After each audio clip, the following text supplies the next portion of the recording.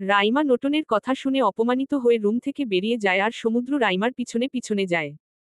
নোটন সেই দিকে দেখে আর বলে, মানে এখনো বিশ্বাস হচ্ছে না আমার লাইফে এইরকম একজন স্বামী হিসাবে এসেছে যার না আছে কোনো চরিত্র, না আছে কোনো মান সম্মান বোধ, সারাদিন শুধু রাইমা রাইমা করতে থাকে। মানে রিয়েলি নোটন, তোর জীবনে আর কি কি হবে? নোটন কথাটা বলে আয়নার সামনে চলে যায়, সেখানে গিয়ে নিজের চুল মুছতে থাকে।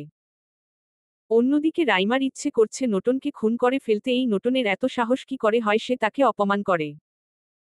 সমুদ্র রাইমার পিছনে পিছনে গিয়ে ওর হাত ধরে ফেলে রাইমাকে শান্ত করতে বলে, কি হয়েছে রাইমা, তুমি এইরকম রাগ করছো কোনো?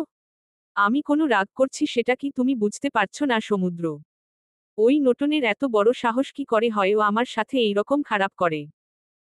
রাইমা, নোটন ব্যবহার কেমন সেটা তোমার খুব ভালো করে জানা রয়েছে, তাহলে কোনো ওই রুমে যেতে গেলে? আর নোটন এখন এই বাড়ির মালিক, তাই ওর কথা এখন শুনতে হবে আমাদের। খুব তাড়াতাড়ি আমরা সম্পত্তি ফিরে পেয়ে যাব, তখন নোটনের প্রতিটা কথার জবাব ওকে দেওয়া হবে রাইমা। এই খুব তাড়াতাড়ি কবে আসবে সমুদ্র? তোমরা কবে এই সম্পত্তি আবার ফিরে পাবে? কতদিন অপেক্ষা করতে হবে আমাকে? আর একটু আগে আব্বু ফোন করেছিল আমাদের বিয়ের বিষয়ে কথা বলতে ইচ্ছুক উনি।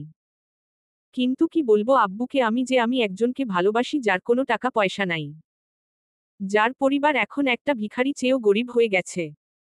রাইমার কথাটা সমুদ্রের বেশ খারাপ লাগে, কারণ সে আগে কখনো সমুদ্রের সাথে এইরকম ব্যবহার করে নাই।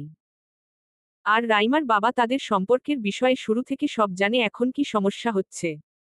সমুদ্র বলে, রাইমা তুমি এইরকম করে কোনো কথা বলছো?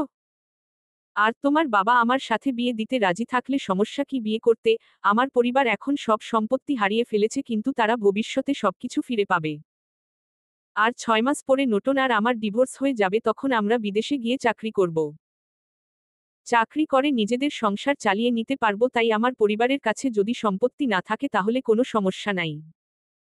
রাইমা সমুদ্রর কথাটা শুনে খুশব হয় নাই, কারণ সে চায় না সারাজীবন চাকরি করে কম টাকা রোজগার করে নিজের জীবন চালাতে। রাইমার ইচ্ছে ছিল সে কোনো বড়লোকের ছেলেকে বিয়ে করবে, এরপর সারাজীবন রানীর মতো চলবে। সেই জন্য সমুদ্রকে নিজের ভালোবাসার জালে ফাঁসিয়ে বিয়ে করতে চেয়েছে, কিন্তু এখন পরিস্থিতি একদম অন্যরকম হয়ে গেছে। রাইমা বলে, দেখো সমুদ্র, তুমি আর আমি চাকরি করে কয় টাকা বেতন পাবো, আর তোমার পরিবারের যা অবস্থা, তাদের জন্য তোমার টাকা পাঠাতে হবে, তাহলে আমাদের কাছে কয়টা টাকা থাকবে? আর আমার আব্বু তোমার মতো এইরকম একটা গরিব আর ভিখারি সাথে জীবনে ও বিয়ে দিবে না। রাইমার কথাগুলো এখনো সমুদ্র বিশ্বাস করতে পারছে না, যেন মনে হচ্ছে সে তার সামনে নতুন কোনো রাইমাকে দেখছে। সমুদ্র বলে, রাইমা আমি বুঝতে পারছি না তুমি এইরকম ব্যবহার কোনো করছো। আমার পরিবার সবসময়ের জন্য গরিব হয়ে যায় নাই, তারা কোনো ভিখারি না রাইমা, সো এইরকম করে কথা বলা বন্ধ করো। আর এইটা আমার পরিবার, তাদের প্রতি আমার একটা দায়িত্ব রয়েছে, সেটা পালন করতে হবে আমাকে। তোমার দায়িত্ব পালন করতে করতে আমাদের ভবিষ্যৎ সম্পূর্ণ শেষ হয়ে যাবে। টাকা ছাড়া সারাজীবন কাটানো অসম্ভব, যেটা আমি পারবো না। আর তোমার কি বিশ্বাস রয়েছে যদি তুমি কোনোদিন সম্পত্তি ফিরে না পাও, তখন আমার সারাজীবন ভিখারির মতো থাকতে হবে, দুমুঠো ভাত খেয়ে চলতে হবে? যেটা আমি পারবো না সমুদ্র, তোমার মতো ভিখারির সাথে সারাজীবন কাটানো অসম্ভব আমার। তাহলে কি চাও তুমি রাইমা আমার সাথে আর কোনো সম্পর্ক না রাখতে? আজকে আমার আর আমার পরিবারের টাকা সম্পত্তি নাই বলে আমাকে ছেড়ে চলে যেতে? তাহলে কি তুমি আমাকে বুঝতে চাও? টাকার জন্য তুমি আমাকে ভালোবাসেছিলে? দেখো সমুদ্র, তোমার সাথে কথা বলার কোনো ইচ্ছা আমার নাই, এখন রুমে যেতে চাই আমি। তুমি বরং তোমার পরিবারের খাবারের আয়োজন করার চেষ্টা করো, না হলে পরশু থেকে সবাই না খেয়ে থাকবে। আমার জীবনের সবচেয়ে বড় ভুল হয়েছে তোমার মতো এইরকম একটা গরিব ভিখারির সাথে প্রেম করা। রাইমা কথাটা বলে নিজের রুমে চলে যায়, সমুদ্র সেখানে দাঁড়িয়ে যায়। কোনো জানি মনে হচ্ছে তার পায়ের নিচে থেকে জমি কেউ কেড়ে নিয়েছে। বিদেশে থাকতে যে মেয়ে তাকে এত ভালোবাসতো, আজকে সে তার সাথে কথা অবধি বলতে চায় না। সমুদ্র আর রাইমা একসাথে পড়াশোনা করেছে বিদেশে থাকতে, তখন থেকে তাদের রিলেশন রয়েছে। রাইমা আগে থেকে সমুদ্রকে পছন্দ করত, তাই সে সমুদ্রকে প্রপোজ করেছে। সমুদ্র যেহেতু নোটনকে নিজের বউ হিসাবে মানে না, তাই সে আর রাইমাকে না করে নাই। অন্যদিকে আহনাফ চৌধুরী নিজের কর্মজীবনের বন্ধুদের সাথে কলা বলছে তাদের কোম্পানিতে যদি একটা কাজ থাকে সেটা দিতে। কিন্তু কেউ দিতে রাজি হচ্ছে না, বিভিন্ন অজুহাত দিচ্ছে, যার কারণে আহনাফ চৌধুরী অনেক রাগ আর টেনশন হচ্ছে। আহনাফ সাহেব যখন কোনো উপায় সাহায্য না পেয়ে সোফায় মাথায় হাত দিয়ে বসে পড়ে, সিঁড়ির উপর থেকে একজন কফির কাপে চুমুক দিচ্ছে আর সবকিছু দেখছে আর মুখে একটা ডেভিল হাসি ফুটে ওঠে। আহনাফ চৌধুরী অবস্থা দেখে নোটনের বেশ মজা লাগছে, সে বলে, ও শ্বশুর আব্বু, সত্যি আপনার জন্য আমার অনেক কষ্ট লাগছে। কত কষ্ট করছেন একটা চাকরির জন্য, শুধু দুমুঠো খাবার খাওয়ার জন্য।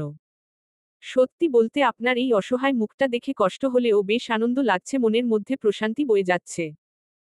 এইটা মাই শুরু আহনাফ চৌধুরী, আগে আগে দেখুন কি কি হয় আর কি কি করি আপনার সাথে আমি। নতুন সিঁড়ি দিয়ে নিচে নেমে আসে, হাতে রয়েছে একটা গরম কফি। আহনাফ চৌধুরী এখনো নিজের মাথায় হাত দিয়ে বসে রয়েছে, বিষয়টা নতুন দারুণ এনজয় করছে। নতুন বলে, কি ব্যাপার শ্বশুর আব্বু, হঠাৎ করে আপনার মাথায় হাত কি করে পড়ল? আমি শুধু বলেছি পরশু দিন থেকে খাবার বন্ধ, এই জন্য এইরকম মাথায় হাত দিয়ে বসে থাকবেন। ও শ্বশুর আব্বু, আপনাকে এইরকম অসহায় অসহায় দেখে আমার চোখে পানি চলে এসেছে। কত কষ্ট হচ্ছে আমার, আসলে গরিব মানুষের প্রতি আমার অনেক মায়া। নতুনের কথা শুনে আহনাফ চৌধুরী তার দিকে দেখে, এমনি সে কোনো চাকরির জোগাড় করতে পারছে না। আর অন্যদিকে নতুনের তার কথায় আহনাফ চৌধুরীর অবস্থার মজা নিতে থাকে। আহনাফ চৌধুরী বেশ বিরক্ত হয় নতুনের কথায় আর বলে, তোমার কি সমস্যা নতুন? আমার মাথায় যদি হাত থাকে তাহলে তোমার কি সমস্যা? আমার বিষয়ে না ভেবে যাও, নিজের রুমে যাও, তোমার আজাইরা কথা শোনার টাইম নাই। আরে শ্বশুর আব্বু, এত রাগ কোনো করেন, আমার শুধু একটু কষ্ট লাগছিল সেই জন্য বলেছি। কি হলো শ্বশুর আব্বু, কোনো চাকরি কি ম্যানেজ করতে পারলেন? আপনার বন্ধু কি চাকরি দিতে পেরেছে? না, চাকরি পাই নাই, তবে চেষ্টা করছি। চেষ্টা করতে থাকেন, কিন্তু পরশু দিন থেকে টাকা ছাড়া খাবার খেতে পারবেন না, তখন কি হবে? আমার পরিবার না খেয়ে থাকবে, সত্যি খুব কষ্টের বিষয়। নতুন, যাও এখান থেকে তুমি। আচ্ছা চলে যাচ্ছি, তবে একটা কথা, আসলে আমার কোম্পানির কাপড়ের কারখানায় কয়েকজন লোক লাগবে। আপনার যদি চাকরির খুব দরকার থাকে তাহলে সেখানে চাকরি করতে পারেন, মাসে 10,000 টাকা বেতন দিব। মানে নতুন, তুমি কি বললে? আমার কোম্পানির কাপড়ের কারখানায় আমি কাজ করব মাই 10,000 টাকার জন্য?